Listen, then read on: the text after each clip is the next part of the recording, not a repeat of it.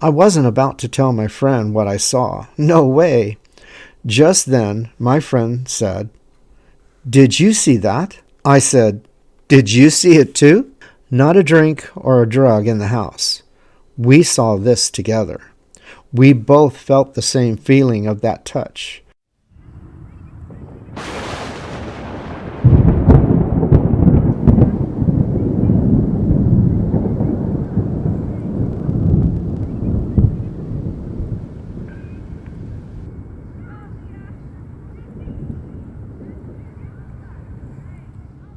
I have a story to tell that explains why we are here, and I'll get into that story in just a moment.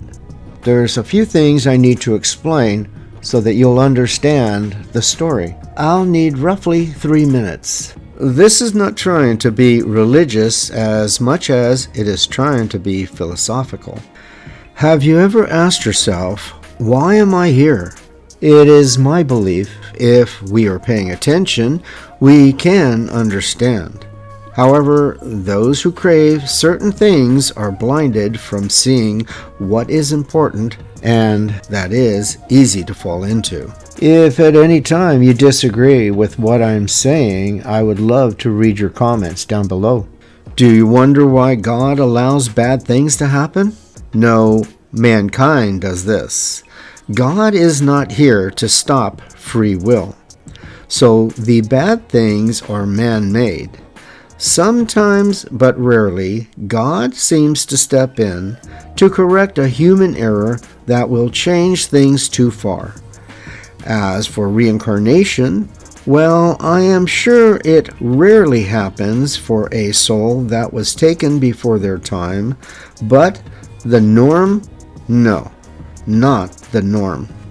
Now, this wasn't the story, but it is coming up shortly. And don't let the clouds fool you. Think dimensionally.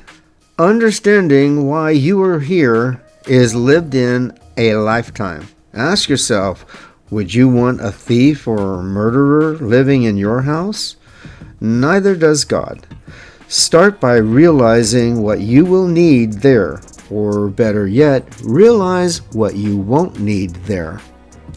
Money, power, fame, greed, image, labels, etc. Now it's up to you to learn and pack well, living all of a lifetime. That's why you were here. Time to figure it out, and hopefully get it before it is too late in your lifetime. Here is how I stumbled on learning why we are here. This story is my life lived that helped me understand. And here is that story.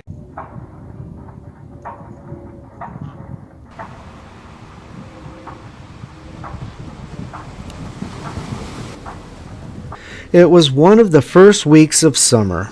The suburban streets were just warming to the new morning sun. Sidewalks were scarce of adults even in the afternoons. The block never came alive till us kids were up and out. As usual, I could hear the birds chirping outside my window when I woke. That meant my friends on the block might still be asleep. The birds were never fond of our playing, so they flew to a safer distance where they were no longer heard. I was about 9 when my mom came into my room. She stood there, obviously with something to say. A long silence. No words as yet. She stood right in front of me as I got up from my bed. I thought I was in trouble already. I was always a good kid, really. I was too shy to get into real trouble. Finally, her lips started to open, and in a flash I realized someone had died. You see, my mother had given me that same look when she told me the news of my grandfather's death just years before. "Your friend Brian died during the night, and I'm so sorry," she said kindly.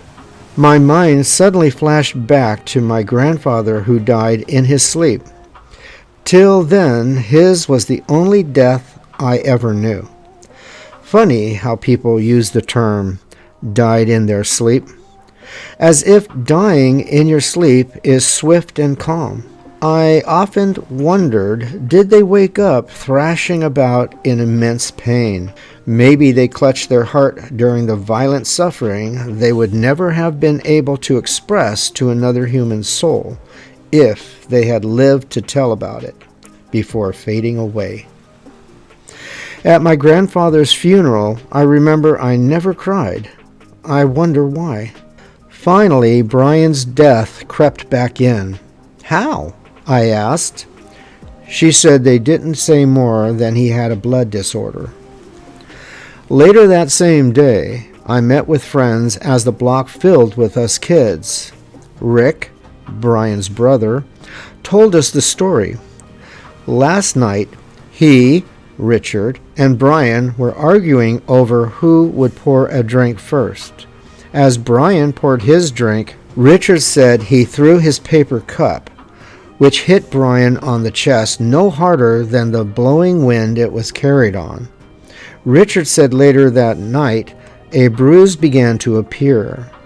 Within a few short hours, it was larger, and his parents rushed Brian to the hospital. I never saw the bruise, but Richard said it was black and blue, covering Brian's chest. The doctors took an array of tests, and in hours that marked off a day, Brian lived long enough to hear he had a rare blood disease, but he didn't live long enough to learn they had no cure. When my day ended and I was sent to sleep, only then did I cry. Funny to me now, I never realized I cried a full day later. We weren't that close, but still I cried. I wonder why. At least 10 years of living had come to pass when I got the news about Arthur. Art was my next-door neighbor who was sometimes my playmate. I remember one Christmas, we both got the same toy, the name of which escapes me now. We shared going over each other's houses and playing in our rooms. One day, I noticed my new toy was missing.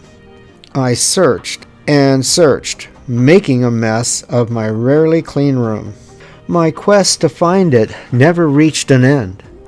Later, another day, while in his room, I noticed Art's same toy magically repaired. You see, he had broken his many weeks before, and now it was repaired like new. Cracks in his plastic toy now had no cracks. I examined it closer to find a mark consistent to the mark my toy had. I couldn't believe it. Art, my friend, had stolen my toy. He denied it, of course, but I knew better. I said nothing more to him. However, it was important to me, so I held it in the back of my mind for the next several years. I think I was just over 20 when my mother told me of Art's death. This time she spit it out like a bite of meat that was all fat. Not that she hated Art, but how was she to know my feelings one way or the other? Of course, the truth is, I took the news like an order taker receiving someone's food order at some fast food restaurant. Not that I hated Art, but after all, I had not seen him after moving off the block many years ago. I asked her, what happened to him? She explained that he went into the hospital for a minor fracture a week earlier of his death. During the stay, they discovered he was diabetic, but it was too late to do anything, and he died. Strangely, while she spoke of him, all I was thinking about was how he stole my toy and wouldn't admit to it. Oh, I was over the toy, but my mind took me back like a time machine, reminding me when having my toy back was so important to me, I could have raised a fist. Being reminded, I discovered not only did I forget this once important event, but also I couldn't care less about it now. A suggestive feeling webbed over my mind. It was a need to forgive him, and with a quick thought, I did. Funny, I had not thought about the toy till my mother told me about Art's death. I wonder why. Entering my early 30s, I was still setting my sights on a good-paying job to fill my every need. My sights were set on earning good money and having a well-furnished place and an entertaining life. The weeks I'd hope to be under a beach-like sun, thanks to a beautiful new car I'd equip with this slick lighted stereo to get me there. But I was a quiet sort, shy even. I'd say I was a people watcher, but I think it was an excuse I used to get out of talking with people. Now in my mid-30s, I finally grew out of my shyness. I would just say something, anything, and waited for a person's reaction. Little by little, I was like a kid poking at a sea urchin to see how it moves. Once out of my shyness, I made a lot of friends, met some really interesting people. But I also learned friends sometimes come into your life and leave just as fast. I sometimes found myself asking, whatever happened to, what was his name? But once or twice, you come across a person who defines the term, my friend. A person who can really wake you up. How do I explain my good friend Michael? To anyone who looked at him, he was 6 foot tall, broad shoulders, blonde hair and blue eyes. A typical Ken doll type. But Michael was much more. He always measured himself from within, not so much on his looks. He was a friend who would come to you with his last dollar even if it meant he would starve. So much personality was coming off this guy, it was addicting. Michael's personality and kindness was so addicting you might try to stand next to him in hopes some would rub off onto you. He made friends easily. He loved people.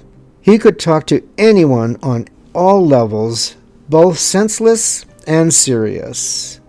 He could say the silliest thing to make you laugh, or he might play a practical joke on you, and though it would not have been his intention, if you got hurt, he would laugh, and in your pain, you'd laugh right with him. He worked in customer service and knew just what to say. He was smooth with mouth.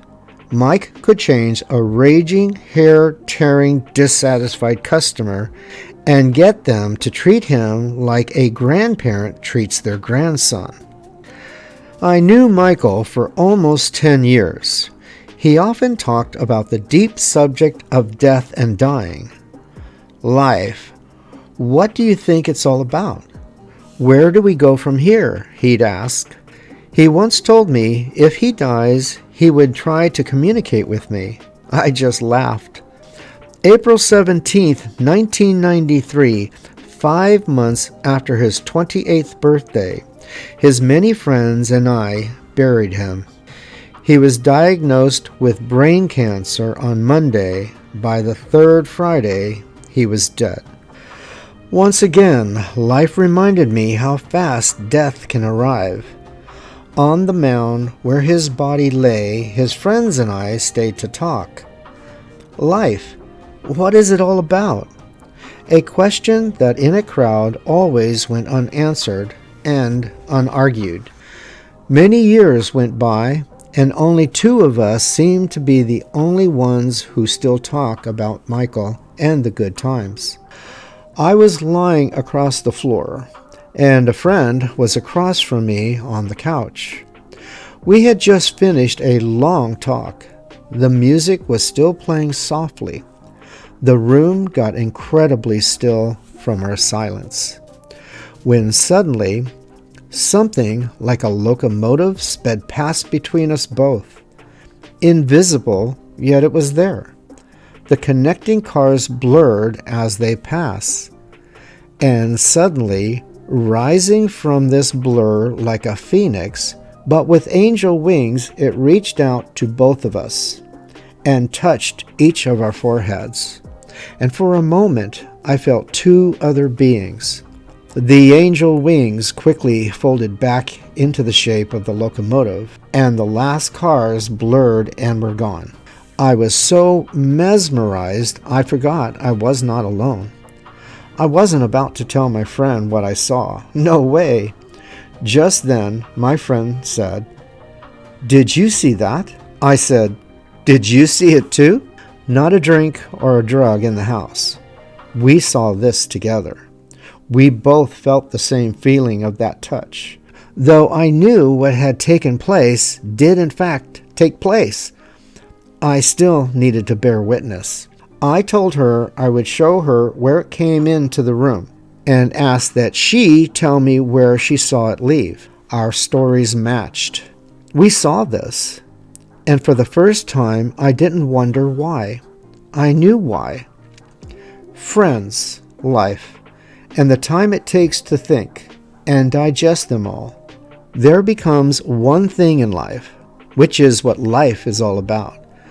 Years ago, I would nod my head side to side with the rest of them when they asked, "Life, what is it about?"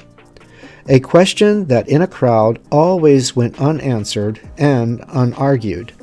Today, for me, brings gleam to my inner self, deep to my soul, a well-being to know that answer now lives within. For it comes not with a word, but with a lifetime lived. I would be timid to try and answer this to anyone still asking, for it truly is something you have to learn on your journey. I guess this explains why God gives us choice, to find what we can by living and learning, not from a word, but from living and experiencing the heartaches and the great times. The body may not be able to travel in time, but the mind is truly a time machine when it is triggered, remembering what was and coming back to what is again. At birth, we are the runners at the starting of a race, standing with the others at the starting line, wondering who will win the race when it is over. Do the most toys win? My past was filled with my needs to make good money and having a well-furnished life, but having a car equipped with a slick-lighted radio was one example. I thought I was filling my every need, but I was filling my every greed. I was working harder going from job to job instead of the same hard work of staying in school and gaining the rewards of school to build a career. It never occurred to me that I was more driven by greed than being happy for what I had. When I was 9, the friends I was huddled with, whose lives or deaths gave me a glimpse of what to expect. Dear Brian. The enemies I'd raise a fist to, only later to forget why I wanted to, or that I ever did. Dear Arthur. The family of people raising me to the best of their abilities, whether they were given that ability or not, for they were only people learning too. How one grows from that and takes responsibility for their self and their losses discovered along the way. For if I have learned to say, they didn't raise me right, it's at that moment I should have known it's up to me to raise myself right. As when I was a child, averting my parents' orders. Go brush your teeth, they'd say. I found a hiding place within my room. Go do your homework. Since they never checked, I never had to really do it. And they never knew I hadn't. I was so clever, but I am no longer a child. I am more experienced in life, with fainting yellow teeth and a need to return to school. No, not a clever child, but at least now a wise man. Though it's late to gain white teeth, I brush to keep them from getting worse, and I have returned to school. No, not a clever child, but I lived and learned. Now that I stand in the new light wondering how hard would it have been to just brush my teeth and do my homework, or do as my parents had said. At the time, it must have been hard to me, but now I couldn't tell you what my reasons were. Now that I understand more, growing isn't an external thing to have green tennis shoes to match a green t-shirt. If we grow in this life, here, now, maybe it makes sense to believe we grow in another level of life through death. Perhaps a second but last chance to get it or understand it. After the pause that refreshes, today's empty can of Coke may be tomorrow's car engine. The body is recyclable. It is the soul that holds the guarantee. In a verse I once heard, "Be here now, remember now. Be here now, as it's not like it was before. The past was." I was always growing up even when I thought I wasn't. I took something with me in friends that I knew, although it sometimes meant their death to remind me what it was. The good times, or the heartaches, or any time I didn't do as I was told by my parents. I later learned the consequences. Because of Michael, or because of his death, I don't think I would have come to realize these things that life is all about.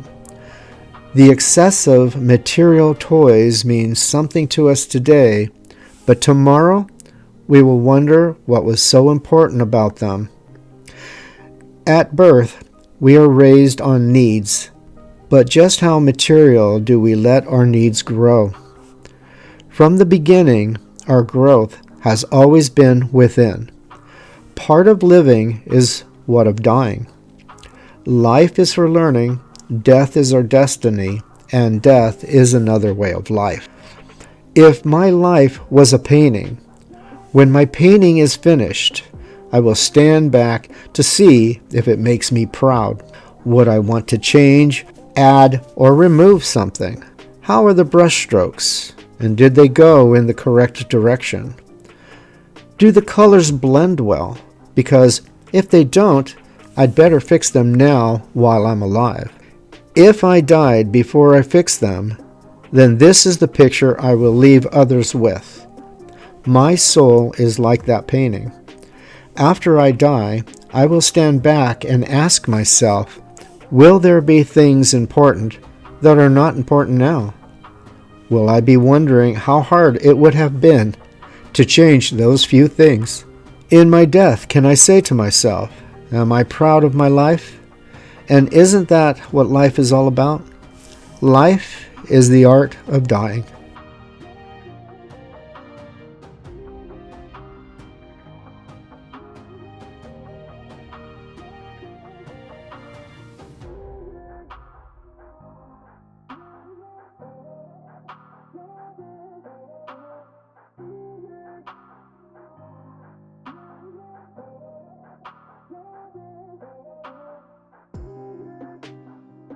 Well, that's what I had for you in this one. If you enjoyed the video, please click the thumbs up, like button. Maybe consider subscribing. And if you click the little bell, when you sign on to YouTube next time, you'll get an alert to my next video when it comes out. Meantime, maybe check out one of these others I've completed. Take care, and I'll see you in the next one.